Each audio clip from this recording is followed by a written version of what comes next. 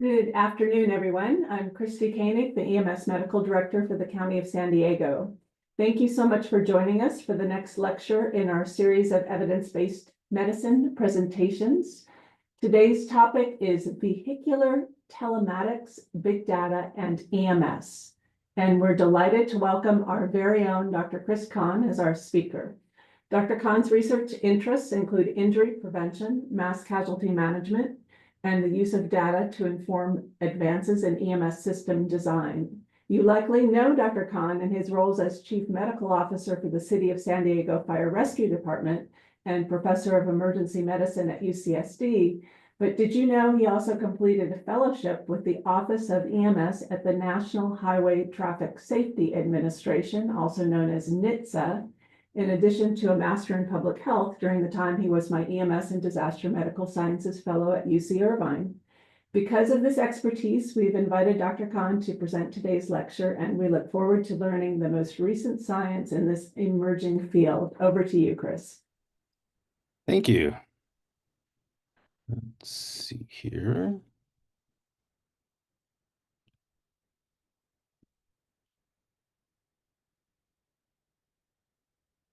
Really think that should be working. So thanks again for the opportunity to present on this. I really like this stuff. So this was just a fantastic thing that I honestly am looking forward to. Now you all have met me, so you know there's going to be some terrible jokes scattered throughout this. For those who do remember sort of the first automation in cars, you could also just call this a lecture of Big Brother Knows That Your Door Is Ajar. So this is vehicular telematics. So great. What is that? Why are we even talking about it? And I realized, there's more to just more to data than just vehicles. So figured we'll talk about some of the other issues regarding data and EMS and where things might be going. Now, fair warning, we all know that I can wander a bit. We're going to do that. This started as a request specifically to discuss vehicular telematics, why those are in the trauma triage guideline. And we're absolutely going to discuss that. But the short answer to that question would have been 1 or 2 minutes. And this is not a 1 or 2 minute presentation. So I guess, sorry, not sorry, but I think we'll have some fun. So I always like to start by saying, okay, we asked a question. Before we get into details of answering it, why do we care about answering it? And you don't need to look at all the details on this slide, but this is why we care. So this is from 2022, and these are the top 10 leading causes of death in the United States by age group. And if you look over towards the left, those blue boxes on the top for 6 age groups in a row, unintentional injury is the leading cause of death for people in the United States aged 1 through 44. And that's been the case for as long as I can remember, which sometimes is only a few minutes. But in this case, it actually does go back decades. This has been the case for an incredibly long time. And if you look within unintentional injuries, that's the slide on the right, those pinkish highlights are motor vehicle collisions. So across all ages, it's actually overdose, which is considered an unintentional injury. That's the leading cause of unintentional injury death. Then falls, which are about 88% in people 65 or older. Then motor vehicle collisions, which across all the individual age groups, and we don't have data for people 9 or under just because they don't want to release numbers that are very small and potentially identifiable. All the rest of the age groups, first or second leading cause of injury death. So that's why we care. That's why we're going to discuss this a bit. And besides, historically, EMS, has a lot to do with motor vehicle collisions, not whole 1966 white paper, that sort of thing that we can certainly chat about afterward. So the trauma triage guidelines, if you take a closer look at that third box, you see that thing that says vehicle telemetry data consistent with severe injury. Okay, so what does that mean? Now, first I have to mention, I guess, one more thing about why we care. So the whole assumption of the trauma triage guidelines is that if we rapidly take trauma patients to trauma centers, and we provide treatment in a timely fashion, that improves outcomes. And it looks like that's the case. There's a lot of data to support that. So when they looked at the last revision, this was in 2021, and they said, okay, vehicle telemetry data. So why is that there? I mean, what does that actually mean? Who figures out, okay, some sensor said something, how does that mean severe injury? So here's how it works. Now, telematics, for those who aren't familiar, it's just a portmanteau of telecommunications and informatics. You have sensors in your vehicle, they sense something. That information gets sent somewhere else to someone who hopefully does something with it. That's literally pretty much all of vehicular telematics. Uh, Now, these have been in the trauma triage guidelines since the 2006 revisions. And when you look at some of the statistics, like in this case, the positive likelihood ratio, uh, anything that's 10 or over, it's supposed to be like a really good test. And some of the confidence interval for this extends to twice that. It actually can be very helpful as part of the trauma triage guidelines. Now, if you're an injury prevention nerd and you're like, okay, so what's the details?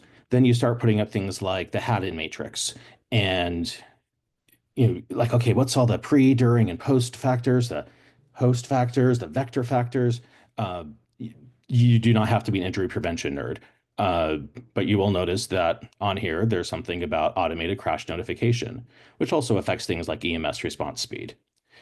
If you're a system architecture nerd, then this looks completely normal to you and you totally understand this. And that's probably zero of us on this call. So for the rest of us, it kind of works like this.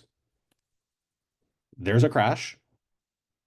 There's a message sent to someone who's getting that info, who says, hey, go send some help.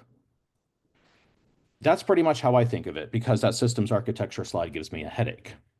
So that's it. Any questions? Okay. I mean, we are going to go a bit further, but if you have this slide, you have the concept of vehicular telematics down. So we talked about sensors. What is your car sensing? What information is getting put out there? And it turns out modern vehicles actually have a whole lot of sensors, especially if you have a slightly fancier vehicle with, like the parking guidance and 360 cameras and all that sort of thing. You could easily have well over 100 sensors in your car, from gyroscopes to seat pressure sensors to event data recorders, ultrasounds, radar, LiDAR. It actually, by some estimates, can be almost half the cost of the vehicle, is just those sensors. And some of those are used for really important things, like the airbags knowing, or not necessarily know, but the airbags being appropriately deployed. First, something has to sense a crash.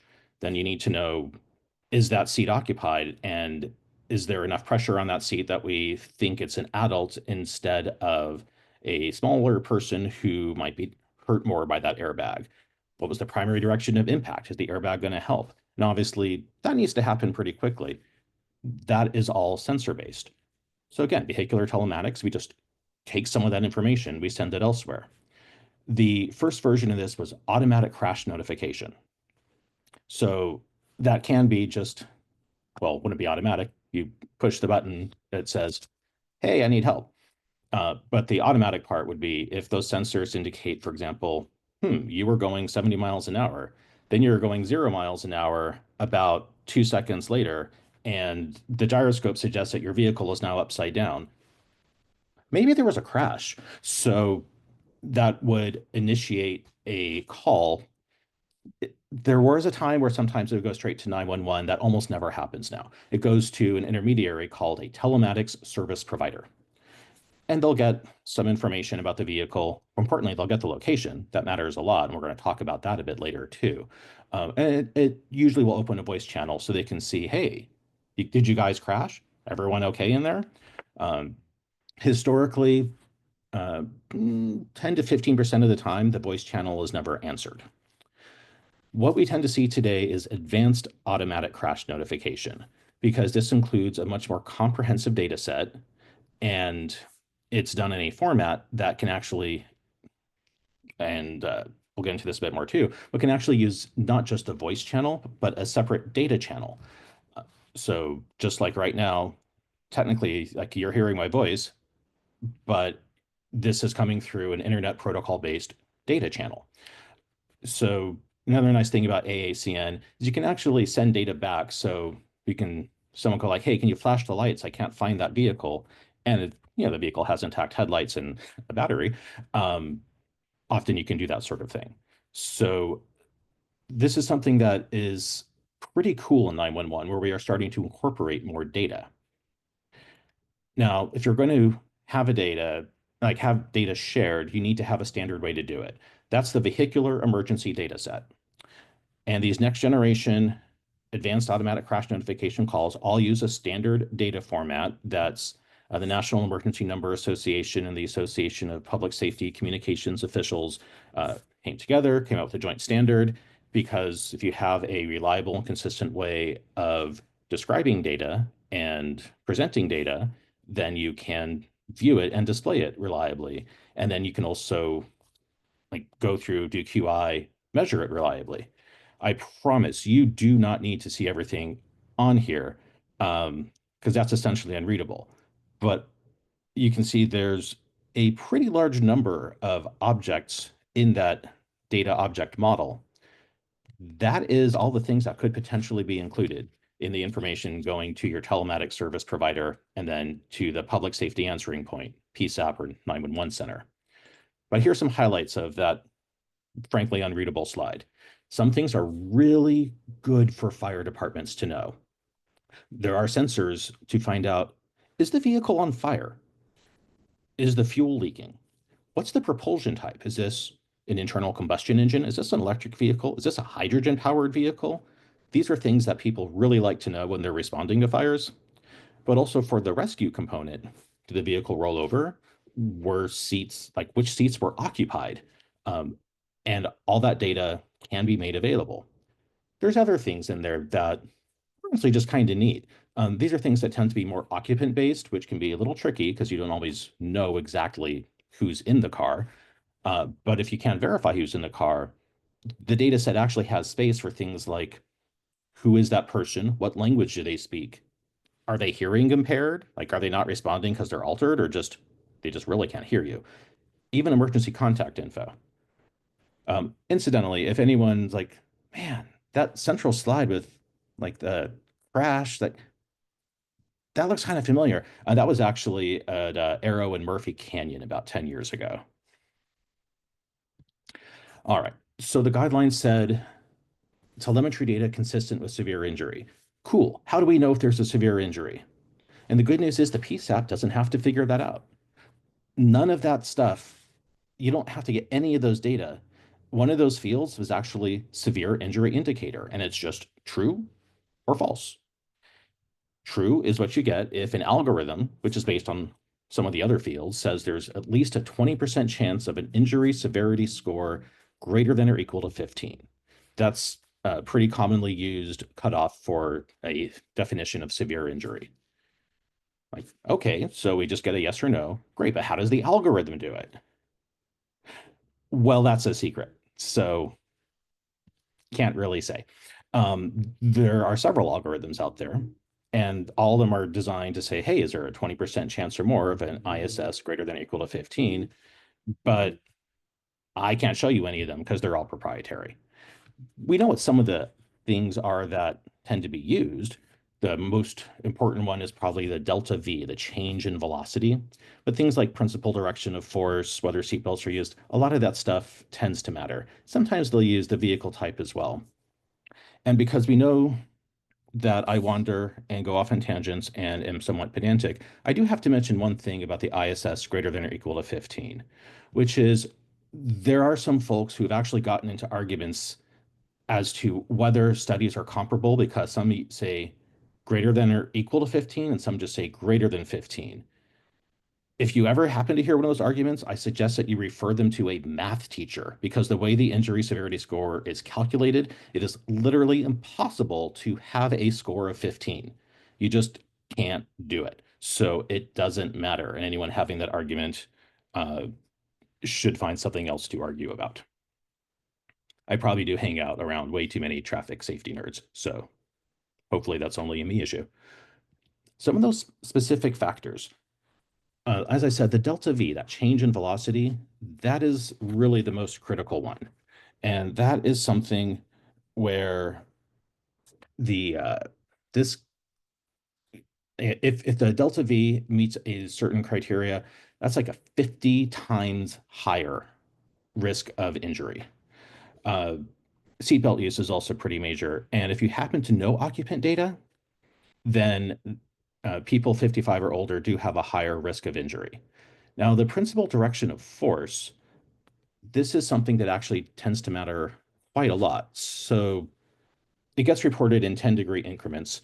And for orientation, a 0-degree principal direction of force is a frontal collision. Then you just move counterclockwise around the vehicle. 90 degrees, left-sided, 180, collision from the rear, 270, a right-sided collision. Right-sided collisions cause quite a fair bit of injury. But if you have a right-sided passenger and there's a left-sided collision, those people have about a 15 times greater risk of severe injury. And that is something that makes total sense in an algorithm. You can find out, was there a right-sided passenger? What was the principal direction of force? So algorithms incorporate stuff like that.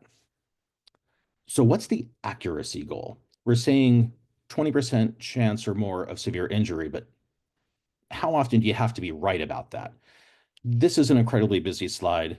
I only put it here because if someone wants the actual numbers, feel free to take a screenshot and read it later.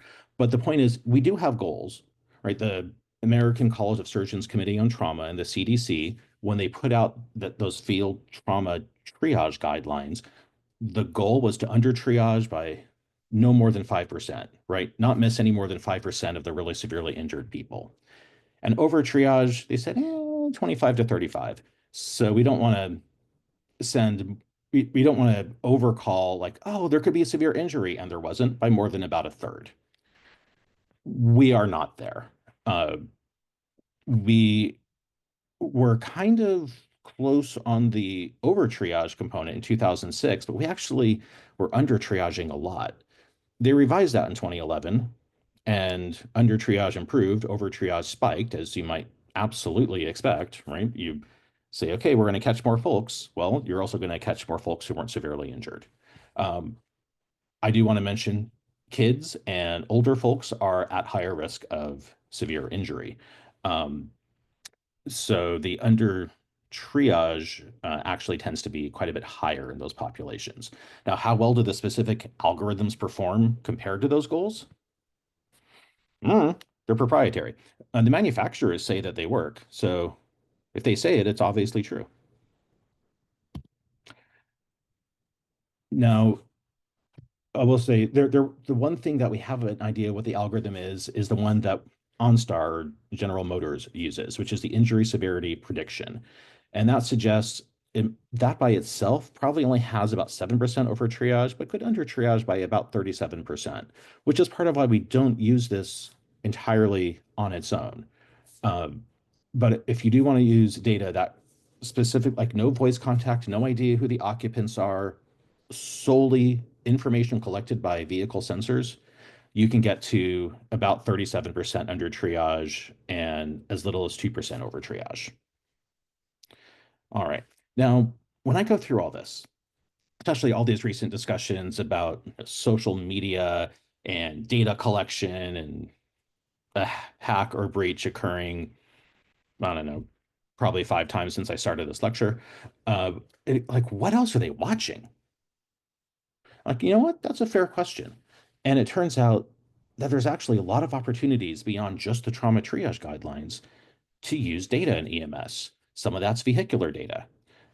I mean, the best way to use it would be to keep a crash from happening.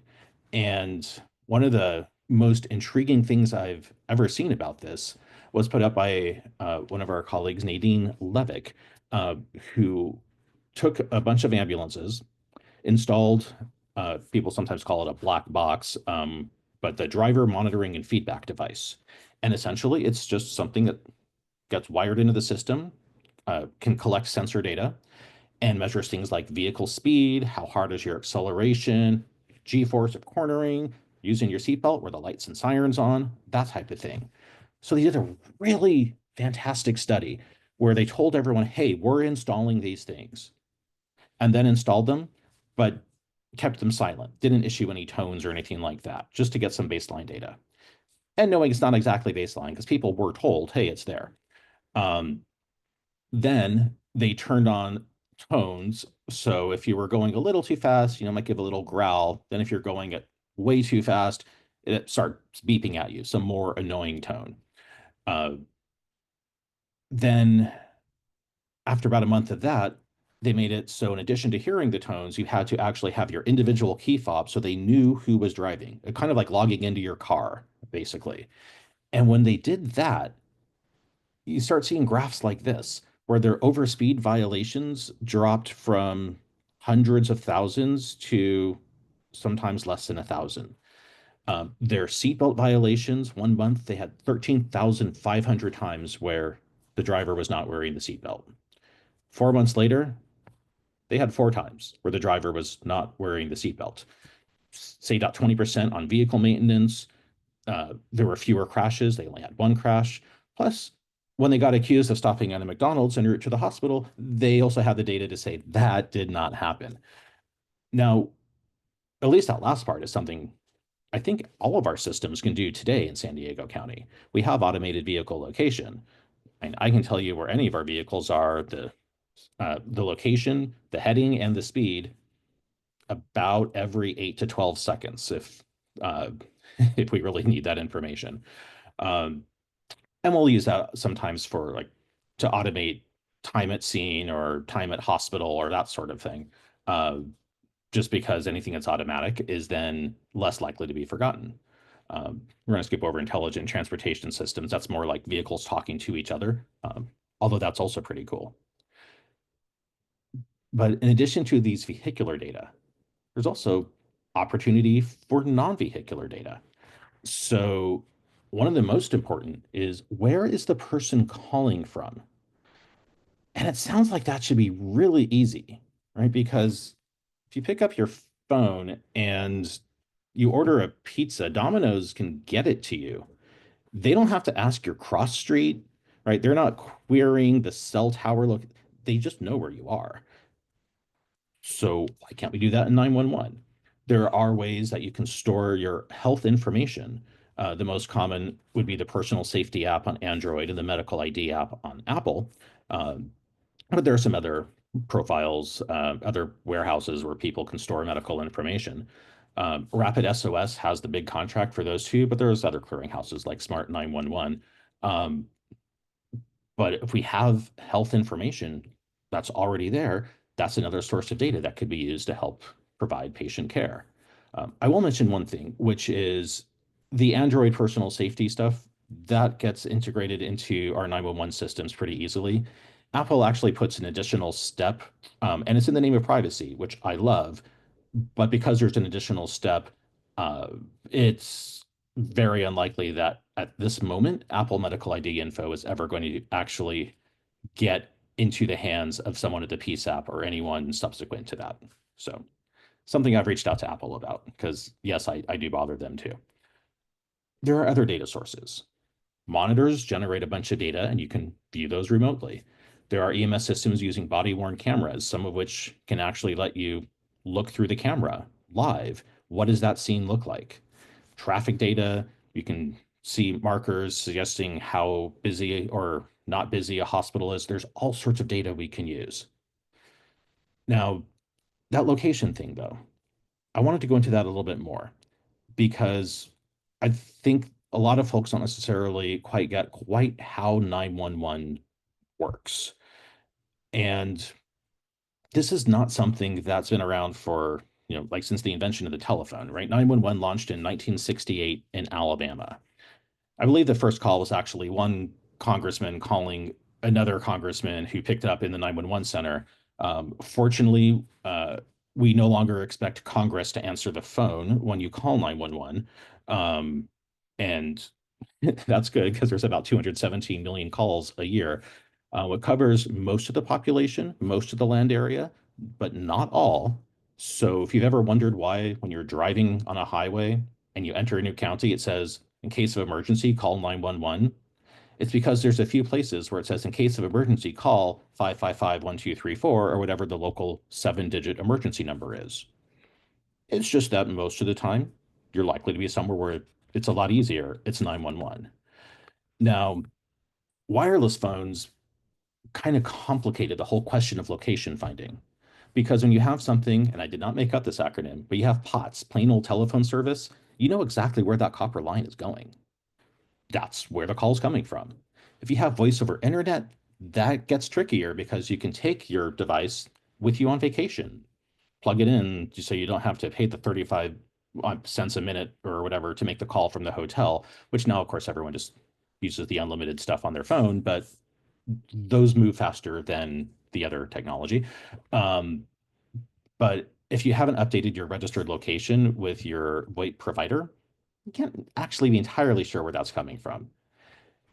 If you have a wireless phone, so officially, according to the FCC, a commercial mobile radio service device, there's obviously no fixed location. So you got to figure out where they're calling from. If you're like, wait, it's only been since the 90s that we had wireless phones. Yeah, that's about when people started having like flip phones and things. The first iPhone was June 2007, which ran on a blazingly fast 2G network. So there are obviously rules about 911. The most basic one is the FCC says any phone, any wireless phone, if someone calls 911, that call has to be transmitted. They had to make a rule for that because it wasn't always happening. But you don't want someone to say, oh, well, you didn't pay your bill this month, so you don't get to call for an ambulance. That is not allowed under federal law.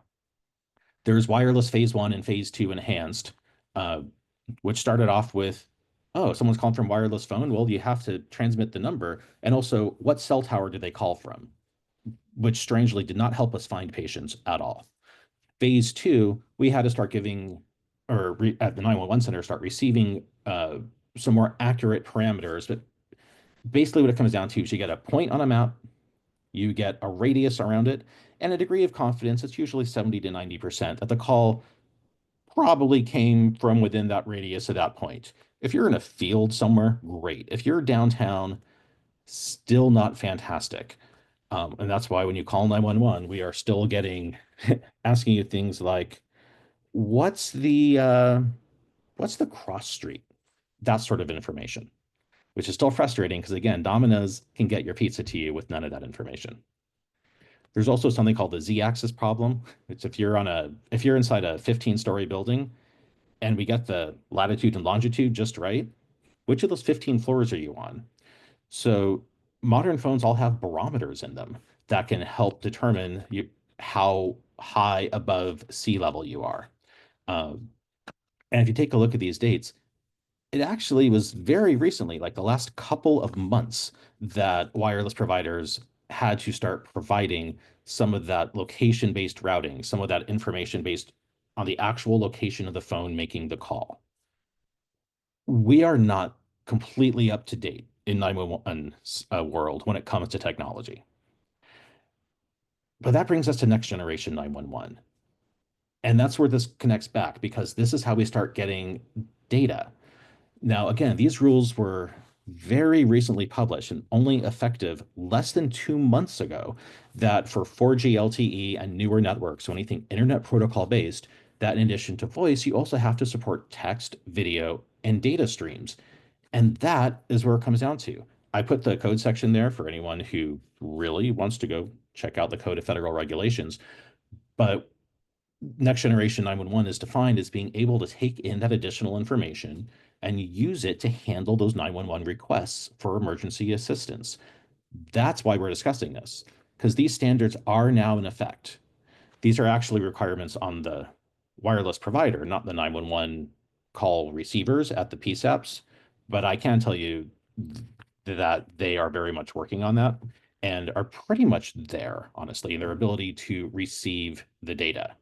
It used to look like this, which not only is there a typo in this, which makes me twitch, but you didn't necessarily get a whole lot of info.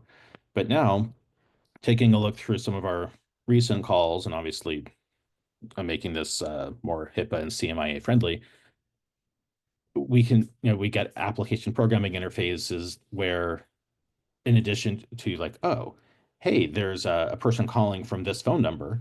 It's like, oh, well, that phone number is associated with this person. And if like, oh, well, the caller is like either says their name, which we don't actually ask for names, but says that they're a 300-year-old non-binary person, and that's what matches the Medic Alert database. If you remember Medic Alert, those are the engraved bracelets that people can have so they can say that they're diabetic or something. Then we can actually get this information, and this does show up. We get this in our computer-aided dispatch system.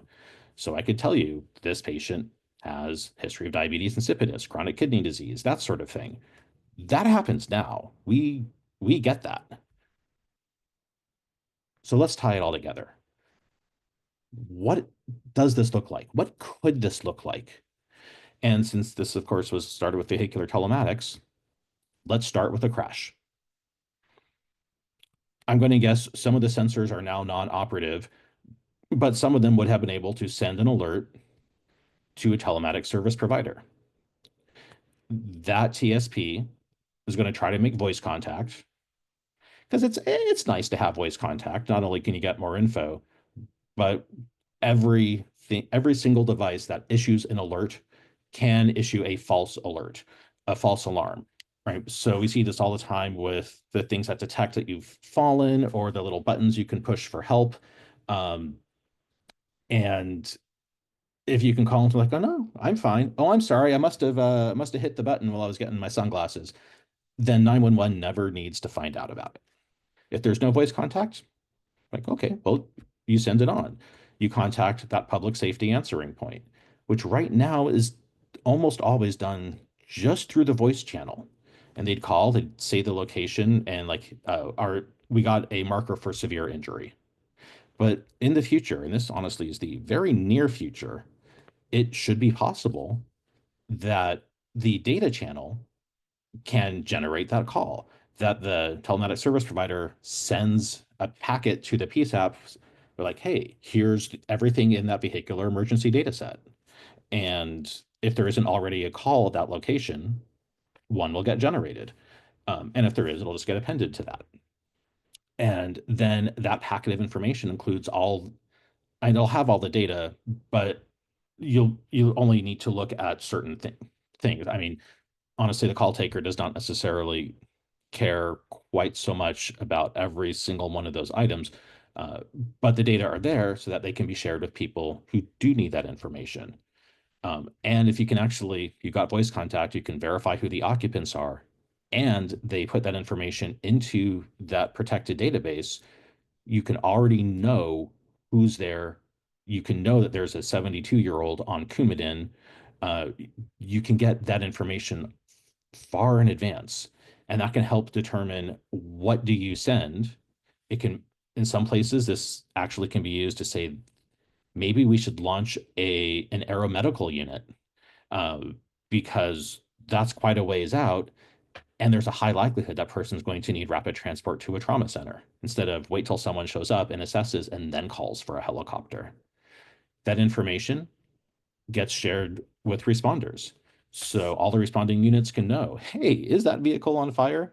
But you can also share the medical information, and that can be uploaded directly into your electronic patient care record. And again, you've got to verify you've got the right person. Well, once you've made that verification, then that can all be uploaded. If you have a place that's doing any kind of medical monitoring, so they can, they can see, hey, we're working a crash here. Oh, look, it says there's a risk of severe injury. It says there were 5 occupants or 1 occupant. And then they can also be looking at things like, what's the closest, most appropriate and available place to go?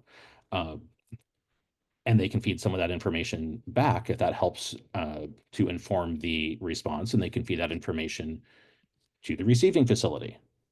Now, shout out to Safer on this, because they are really good at getting information to the receiving facilities.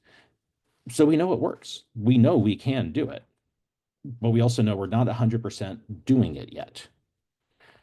With that receiving hospital, they can get that information.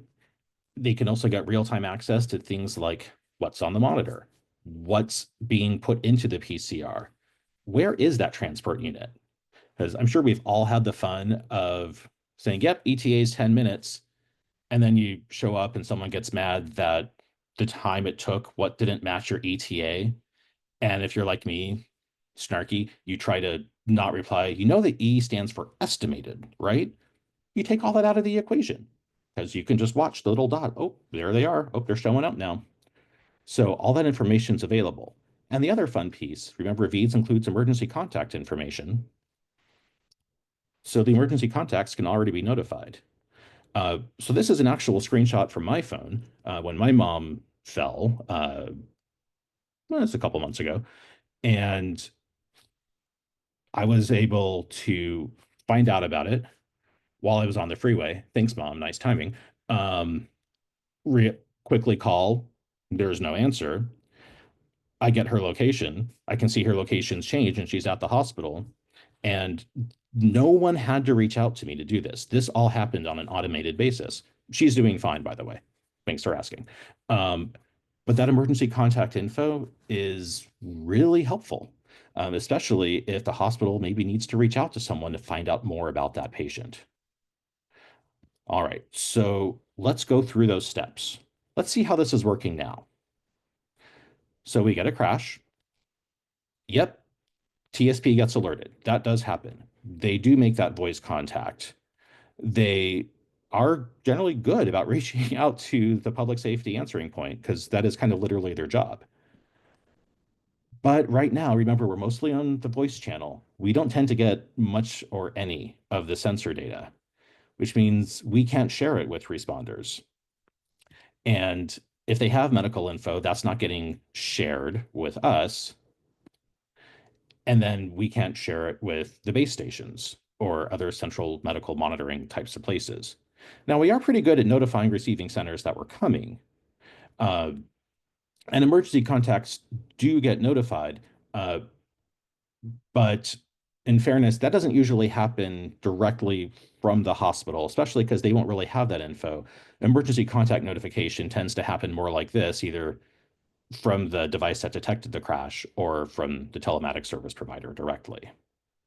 So we have made progress, but we're just not quite to where we honestly need to be to fully realize the benefits of advanced automatic crash notification and use those vehicular telematics to really, including that severe injury indicator, to really inform where we want it to be in the trauma triage guidelines.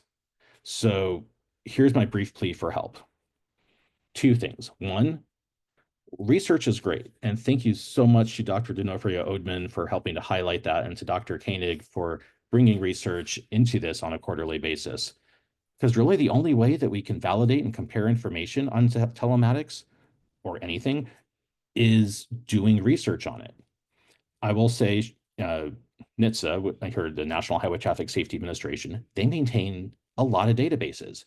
Every single one of these algorithms that I could find anything about went through NHTSA databases like the National Automotive Sampling System and the Fatality Analysis Reporting System to see, hey, does this algorithm work?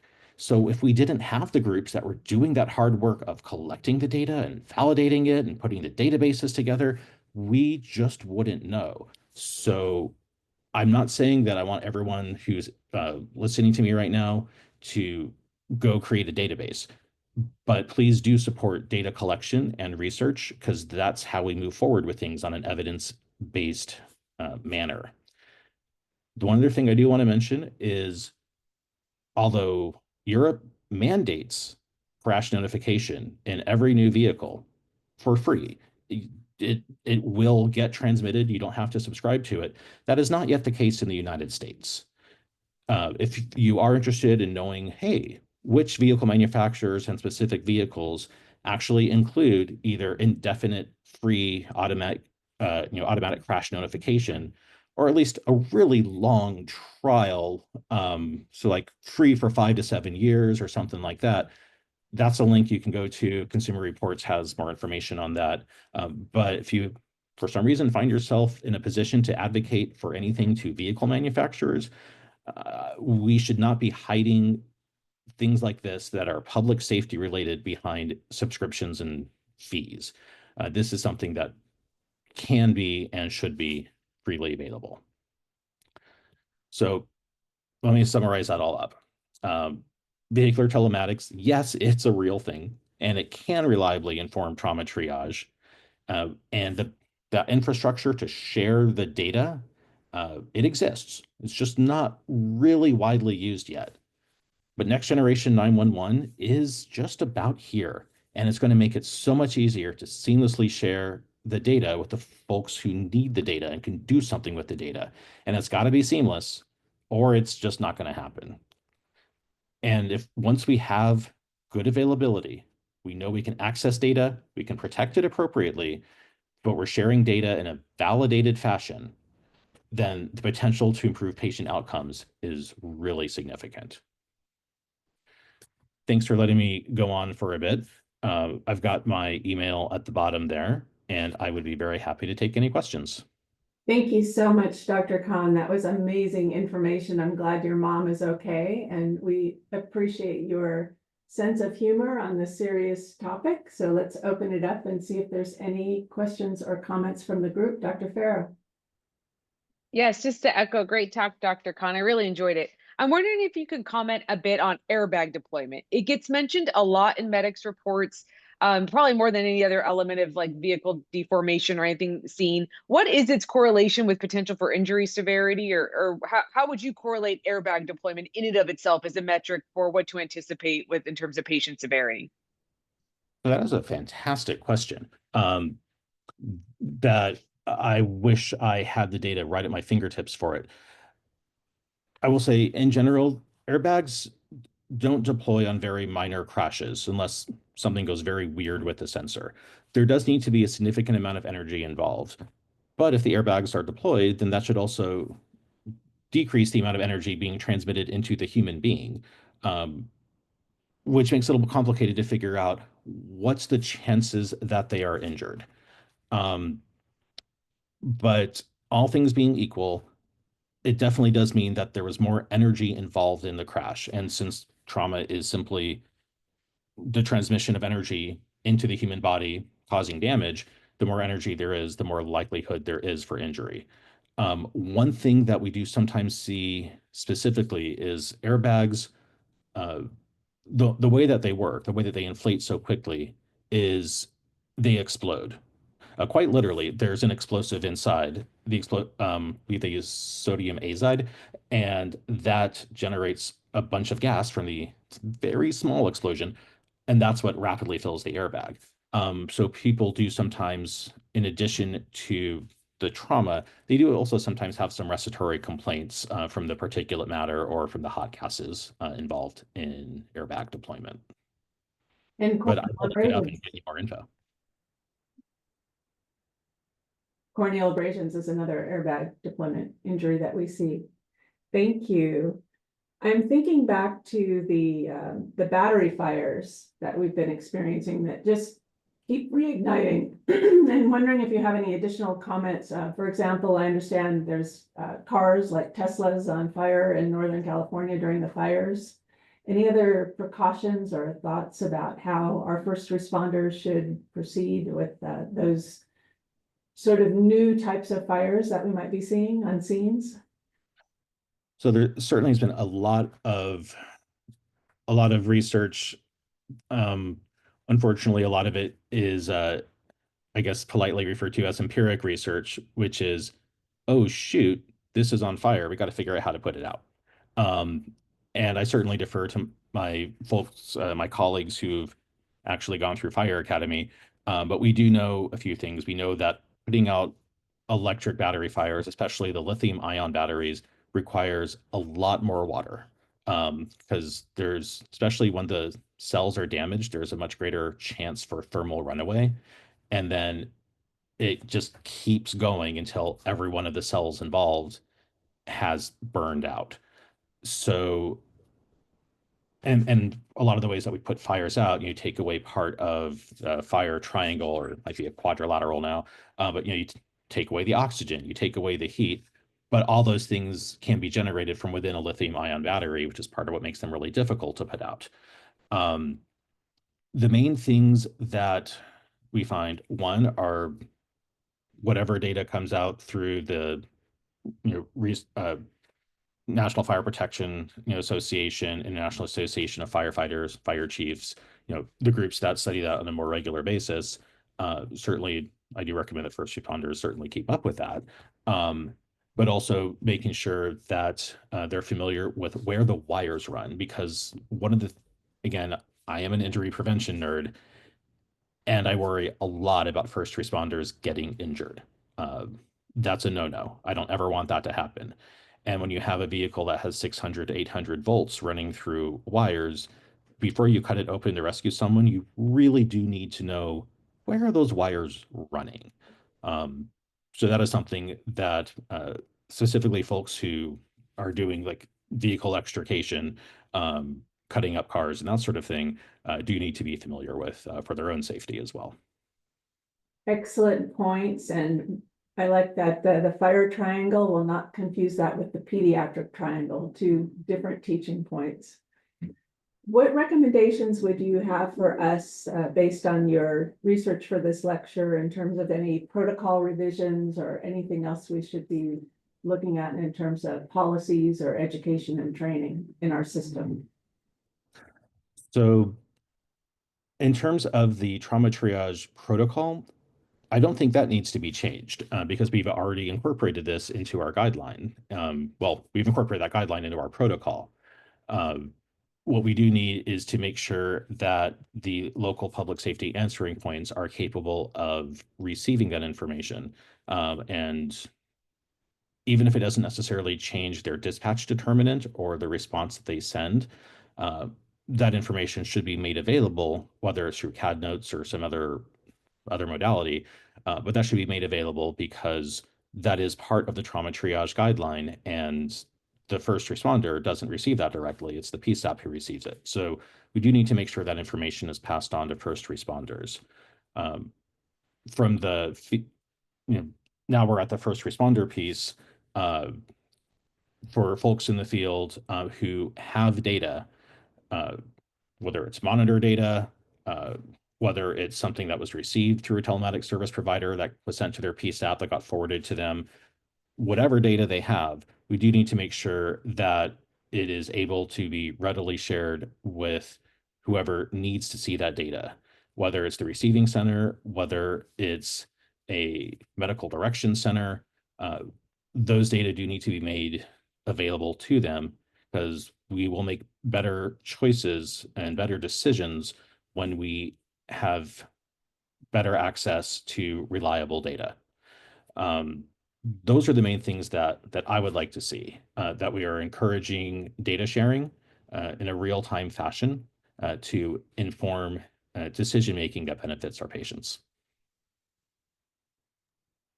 Excellent comments. I'm not seeing any other hands or any questions in the chat. Does anybody have any other questions or comments for Dr. Kahn?